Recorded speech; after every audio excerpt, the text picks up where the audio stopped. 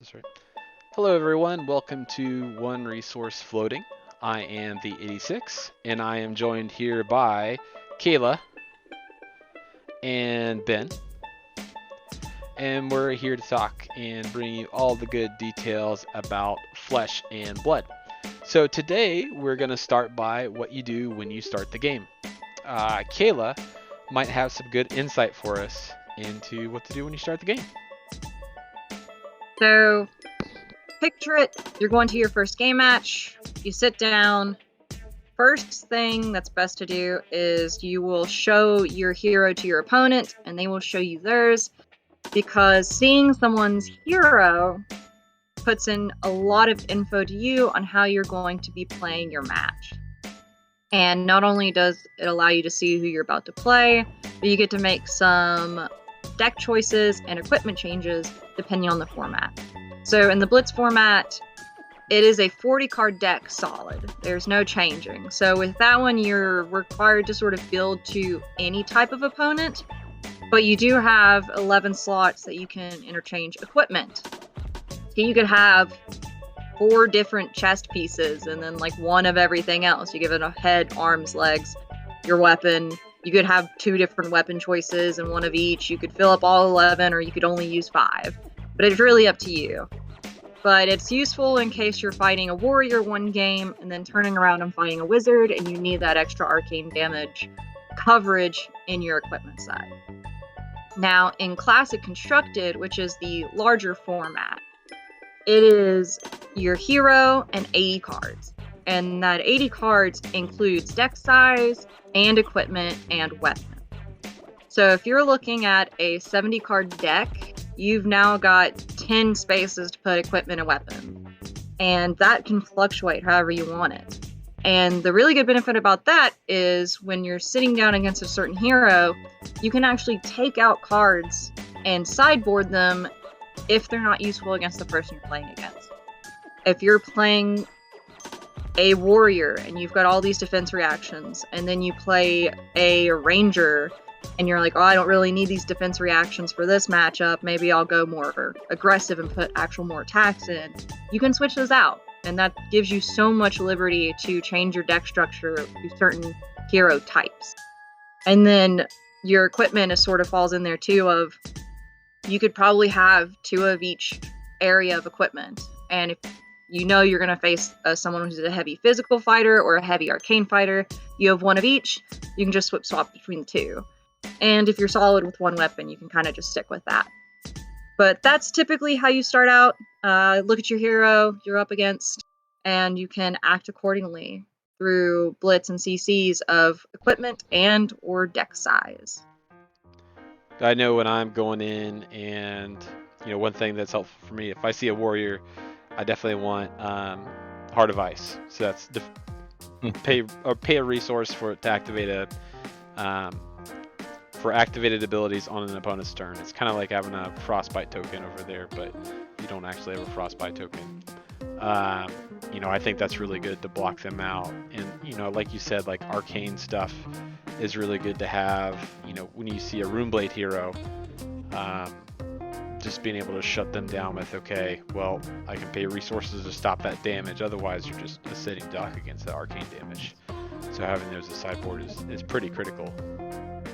And so another note on that Heart of Ice too is it shuts Wizard down bad. Oh yeah. Wizard hurts so man. bad because they want to play on your turn, and if you make them have to pay extra resources, then they have to react to that or just live with the extra tax, and it's horrible. Yeah. You freeze in those hands, they can't cast any spells.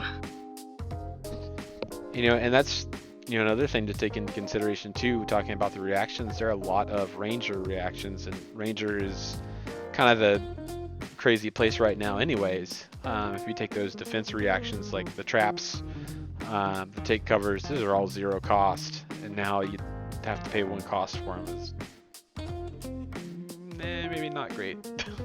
It's a whole card out of hand. Yeah. And that's going to be less that they can do on their turn to attack you. Yeah, it definitely makes Stillblade Shunts not as viable anymore, because 1 resource is already pretty hefty for a defense reaction, but your resources, basically it's not usable anymore. Going up against, say, maybe a ninja or maybe even I think Prism. I don't think it'd be good to use Heart of Ice there. I think you'd try to go more aggro. Against Prism would actually be pretty bad because she couldn't use her hero ability very well to like make an extra shield. Well, you're talking about more of a control Prism too, versus if you want to think more aggro, flinging angels, as Ben calls it. Wait, what is that? When you say, do you play auras or do you fling angels? Flinging some angels. In the blitz I have, it's a little more angel flinging than control, but I've become more patient with it. Yeah, but control Prism with Heart of Ice can't make those shields. I mean, that makes the thing card is, you can just prismatic shields cost 4. That's insane. It does shut that down pretty bad, but like if you want to just banish a card from soul to make a shield, then you might do that on your turn anyways, because it gets a yellow into your pitch and you can attack with all your auras or whatever. True. So if you do it on your opponent's turn, that pitch goes away. So yeah, and it is life or death. That's important to note too. It's only when it's not their turn. So that's why I think like there's certain classes like that Heart of Ice doesn't really affect them much at all. Oh no, it can be real bad in some matchups. Yeah. So what's some good equipment you guys have and going into everything? Spring Tunic. So you're gonna just mention Tunic right now because that's pretty much that's the go-to equipment for any test. Anybody that just is low cost to the ground hero, like most warriors, can get a benefit out of it. Rangers, ninjas. It's just so good. Just having that extra resource can make a whole load of difference when all your stuff costs 1. That's a whole extra card you can play essentially. It makes a huge difference. Now Guardian doesn't mean anything, but I mean, if you don't have hero-specific armor, Tunic is a solid generic. It's true. staple that will last forever. It's useful in almost anything. But it's one of the best generics. If you have plating for Guardian, choose Tectonic plating. It's so much better. Oh yeah. And you can go Skull Cap, and there's a lot of generics that are good. Deep Blue. Deep Blue is pretty good. Deep Blue is best common, easily. I don't know. Katsu makes pretty good use of Heart and Cross Strap. He's the only one. There's probably an argument for Rhinar somewhere in there. I did see someone the other day where we were playing did Heart of Ice on someone, and then they couldn't activate Heart and Cross Strap because they had to pay a resource. Aha! Now see, if you're facing an opponent who's using Tunic, Heart of Ice is really good because, like, if they're trying to Tunic to use a defense reaction, it costs them to Tunic. It's great. It's just so rude. It is. It's face. And I think too there are some equipment to like. So Tunic, I think Tunic's, we can all agree it's really good chest equipment. For legs, I feel like I've seen everyone either run Set Cliffs, Suede Hides, or Snapdragon Scalers, or Phantasmal Footsteps if you're Prism. I mean, if you're a low cost hero again, like most let's see, Dorinthia uses Refraction Bolters. Yeah. Yeah. Because you have the block and the extra hit, but like, what was it, Ninjas, Bolton, anyone who again low cost attacks, Snapdragon is just so good. Yeah, Snapdragon is very good if you're okay with losing a defense. Yeah. Mage Masters, I would say, are more beneficial for Guardian. Because they can build up those aura turns that generally don't have go again. Guardian has like the weirdest legs. You can do Mage, you can just get rid with Ironhide or Iron Rot or Time Skippers. Like, they don't really have a set thing.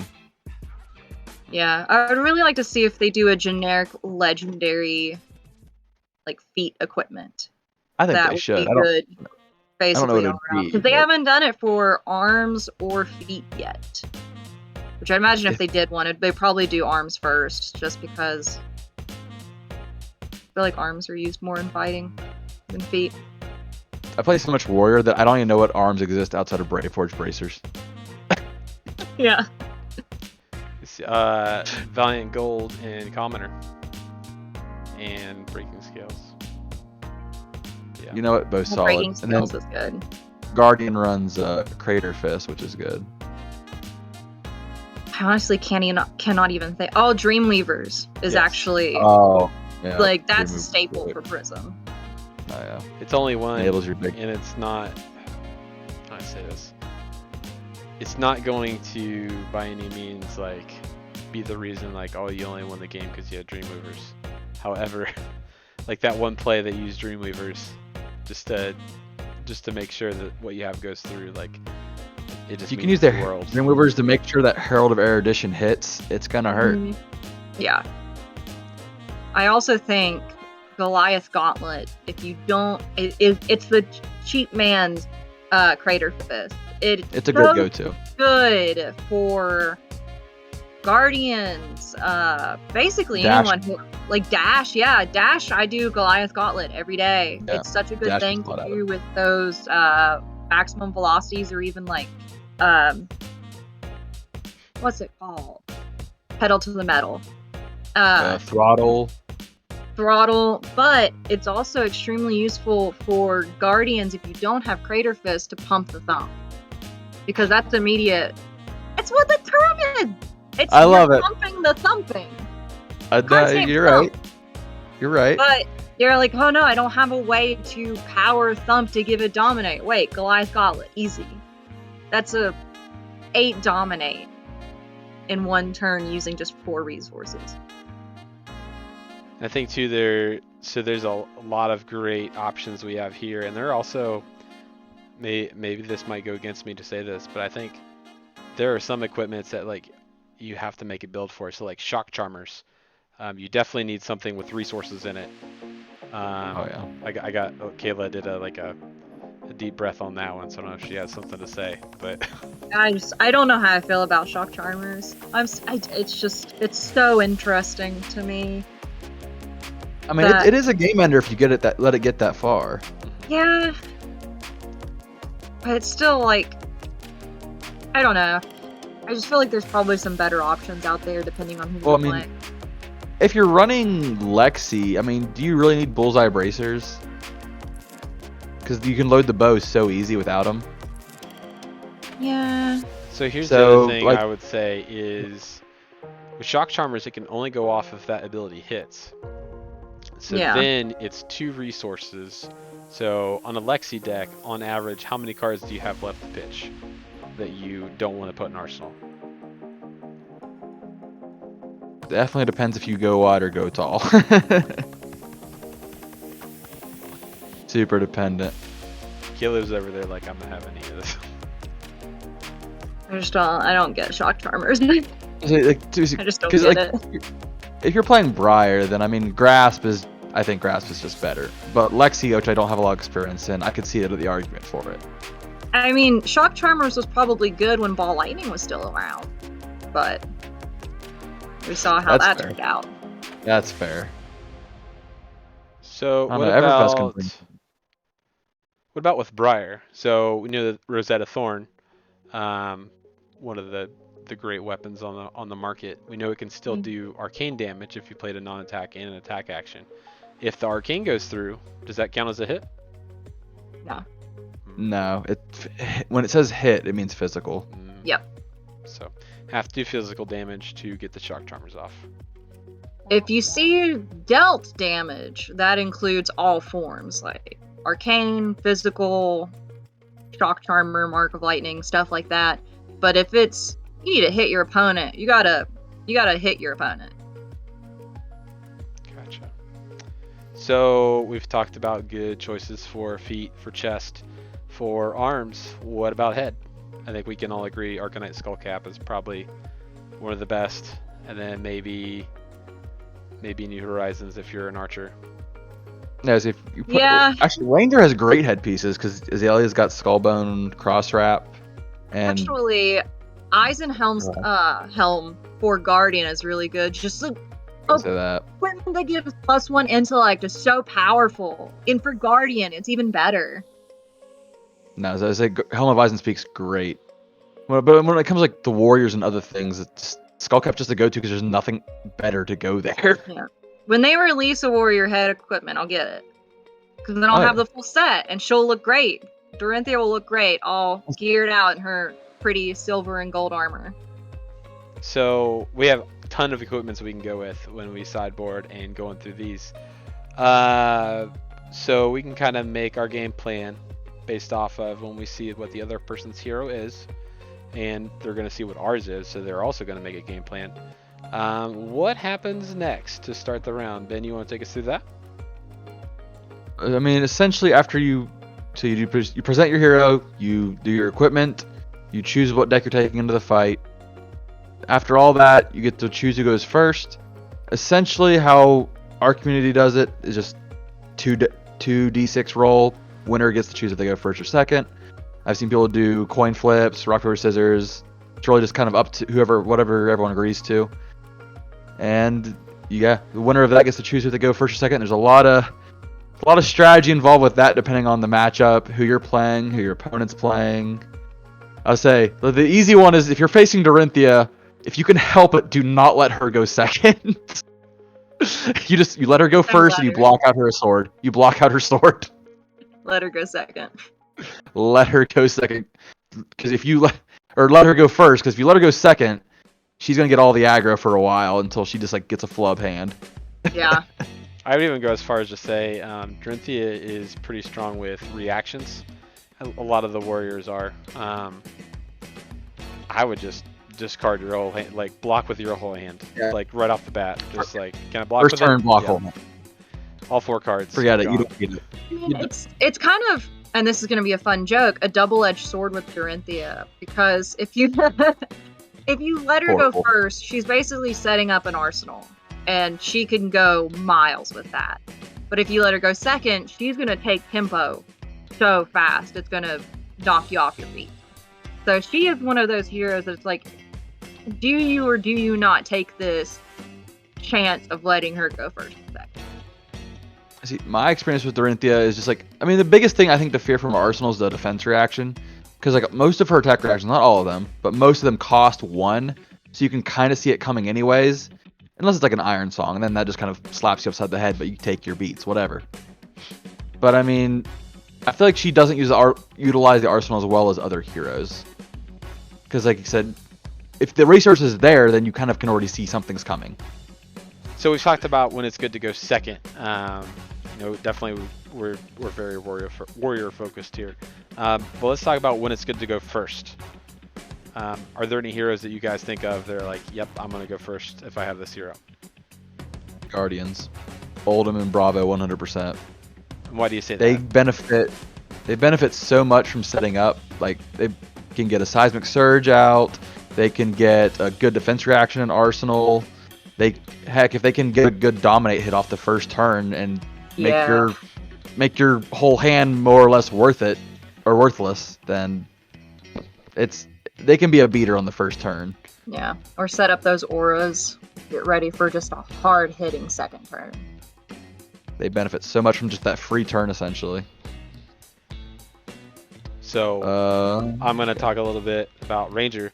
I think Ranger is kind of that spot, like you really need to see what your opponent's doing, but it's really helpful to.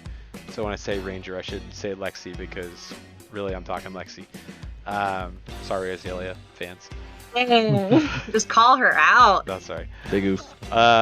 So her ability is flip over a card in Arsenal. If it's ice, they get a frostbite token. If it's lightning, you go again on your next attack. I think it's really helpful to get that card in Arsenal, and just kind of lay that trap there and get it going. And her Shiver can give bows dominate, so going first, you can still push some damage through, especially if you have some good cards to kind of buff your arrow. But it can backfire too, because if you don't have exactly what you need, if you have a handful of arrows and you're just slinging 3, 4, 5 damage at someone with Dominate, that can kind of backfire as well. So it's kind of hit or miss, I feel like. I don't know if you guys have experienced anything. Well, first, I mean- if I was a ranger and I had a handful of arrows, I would not be upset because that never happens. You'd be lucky if you get 1 arrow in hand. Depends if you're playing Shiver or Voltaire, because Voltaire has the go again anyway. Yeah. Yeah, I would say Ranger really likes that setup. Lexi particularly, just because if you can shoot off something with Dominate with Shiver first turn, cool, and then you can set up an arsenal. Even better if you can get something face up, have New Horizon, get 2 things in arsenal, like something for next turn and something face down that you can flip. So turn 1 for her is pretty good, but I have seen Billy do some crazy stuff being forced to go turn 2 with Lexi, of loading his bow at the end of his opponent's turn, and then on his turn has that thing in arsenal, which I've never seen anyone do except Billy. He's done some dumb stuff. He's done dumb things. I will also say, like, I think Reinar gets a lot of benefit out of going first too, just the intimidate triggers. If you have a good hand with Reinar, then that first turn you might just take 12 damage and you can't do anything about it. Yeah, intimidate a full hand out. Just barraging into like an alpha rampage. It's not nice. I have to mention them, but Runeblades also want to go first. I mean, they want the Viscera setup. too, especially, I think. Well, Viscera chain, gets a lot from the rune because chance. if you're doing chain right, then you're gonna want that shackle so you can just banish something. That's just more cards to play. Briar's just disgusting and just wants to go. So having something in arsenal just gives her more fodder. It really boils down to if you want tempo or if you want setup. That's kind of where you draw the line. Gotcha. So tempo or setup, that is the choice to go first or second. So we're gonna round out this chat. We're gonna talk about we've done this first round. Let's say we went first, went through everything we need to do, and then it came to the arsenal phase. So let's talk about how to use that arsenal phase effectively. Do one of you two have an idea on how to do that? Give me a hero, and I could probably answer that a little bit more coercively. So I'll fire off this story because it's relevant, and so this is how to do it wrong. I played in the culling at Cincinnati, and I typically have New Horizons, so it doesn't matter to me on Arsenal too much. But I was playing Sealed, so Sealed I didn't have that card, and I put a Lightning Press in my arsenal, and that is target attack gets +3. I couldn't get out of my arsenal. I couldn't load a bow. I was a sitting duck for a while. So that's a bad way to use your arsenal. And because I was a ranger and I need my arsenal to put arrows in. So don't be like me. So that's an example of a bad way to use your arsenal. I think there are a lot of arsenal cards too that you want to set up. Like Electrify is a good one. You want to have on your next turn that's going to give your attack go again, and to play it from arsenal gives you a card. A card like Plunder Run. Rest in peace. Rest in peace for that. Will never be forgotten. No. But do you guys have any things that you want to put in your arsenal at the end of turn? Like, what are cards that you want to see in your arsenal? I mean, the easiest thing is defense reactions. Glint Quicksilver. What's that? Glint the Quicksilver. Fair enough. But like defense reactions they're so easy to get out of arsenal. You're always going to get utility out of them unless you're playing against a wizard, and hopefully you've taken them out at that point. But it's just it's just playing an extra card on your opponent's turn. It's great. It's the easiest thing to put in there. Especially 0 cost, because then it's just, yeah, here's a block for 4. I'm gonna sink a card. Every card, every deck needs sync below. Every deck. Not Sync sure. below. Except, well, I run 2 in my Dorinthia. Sink but below that's is whatever. a free defense reaction, right? There's no cost on The it. Yeah. free defense reaction, the red one blocks 4. Yellow 3, blue 2. So And you like get to cycle a card from hand. Ugh, yeah, so and if good. you're just like, this card's useless, I can't do this. But at the bottom, draw a new card. Whoa! I can do 8 damage on my turn now. That's it. I'm calling for banning Sink below. Ban broken. it. It's too good. Briar's making it busted. No one can use it again. Sorry. But you know, that's another good point too. Like sometimes just like drawing that card from a card in Arsenal or using the sink below. Sometimes it's not necessarily that you're looking for a great attack or anything, but it helps with resources. Like, oh, I just drew a blue. Like I can play all these things now. So I think there's also a tactical advantage to think about. Like, oh, I'm going to do that instead. And Actually, one of the 100%. best cards that I think that's not a defense reaction that you can put in Arsenal is Evergreen. I love that card from Arsenal. It is so good, especially if you're playing like a deck that wants to just sort of block out and deck you out and then swing. Having Evergreen just constantly going down there. It's just like, Say hey, Oldham. I know you mean Oldham. I know I mean Oldham, yeah. I'm not gonna call him out, but just it's so useful out of Arsenal. It's just I'm gonna put him at the bottom. Oh look, there he is. My favorite little deer goes to the bottom. Look how cute he is, covered in moss, going to the bottom. Ugh. it's true. Yeah, Arsenal. Good Arsenal cards I think are very hero specific. Because like I said, I play Bolton. I could give so many cards from Arsenal that I'd want there. Used to be Plunder Run. Not talking about that, but like Via the Vanguard, Lumina Ascension, Valiant Thrust, your big hitters you want in Arsenal. So they can sit there until the turn comes where it just all comes together. You want your big hitters there, or your defense reactions, I think. And Ranger, like defense reactions, traps, like getting all the shoot, what's the tent? Shoot, I can't think of it. Rock slide, Tripwire? Yeah, Tripwire, Oh, Rock Tripwire. Slide, and increase attention. increase No, attention. That's not a trap. No, that's not. I think there's just the 2. Yeah, and take There's 3 cover is a traps. good. No, it's just a defense Or reaction. oh It's no, free. isn't there one that's like a pit, like a pitfall trap? I think Yeah, it's fit. Literally the name of it. it's like those are all things you want to put in your arsenal, but you got to be careful because. So I did that one turn and my opponent didn't attack. They were like, "Oh, I have nothing." I was like, "What?" And that. Yeah, I don't trust traps. Yeah, that's the risky bit of defense reactions with Rangers is like, all right, I'm gonna put a defense reaction here, and they're gonna swing big, and they're like Arsenal pass, and you're like, I can't do anything now. He had a full hand. He was like, I just couldn't do anything, and I was like, "Oh crap! No, I can't do anything." So he just got to that point. It's like, oh man.